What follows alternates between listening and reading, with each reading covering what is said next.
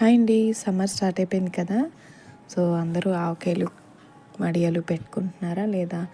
నేనైతే నిన్న కాకరకాయ ఆవకాయ అయితే పెట్టాను. టేస్ట్ అయితే సూపర్గా వచ్చింది. ఎలా చేద్దామో చూసేద్దామండి. కాకరకాయలు ఇలా రౌండ్గా కట్ చేసుకోవాలన్నమాట.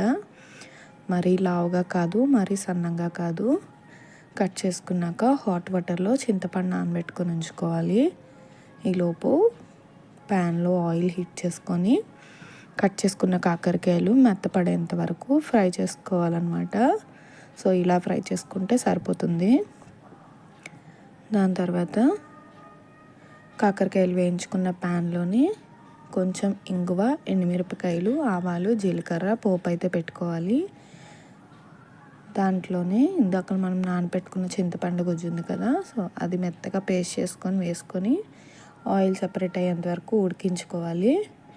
అండ్ దాని తర్వాత కాకరకాయల్లో ఉప్పు కారం వేసి బాగా కలుపుకోవాలన్నమాట. కలుపుకున్నాక 1 స్పూన్ మెంతులు అండ్ అలాగే 2 స్పూన్స్ ఆవాలు ఫ్రై చేసి పొడి చేసి అదొక 2 స్పూన్స్ అయితే వేసుకోవాలి. అవన్నీ బాగా కలుపుకోవాలి. అలా కలుపుకుని ముందుగా మనం రెడీ చేసి పెట్టుకున్న పోపును కూడా వేసుకొని కలిపేసుకోవాలి. అంతే అండి, కాకరకాయ ఓకే రెడీ అయిపోతుంది. నా వీడియోస్ కనుక నచ్చితే నా ఛానల్ని సబ్స్క్రైబ్ చేసుకోండి. Thank you.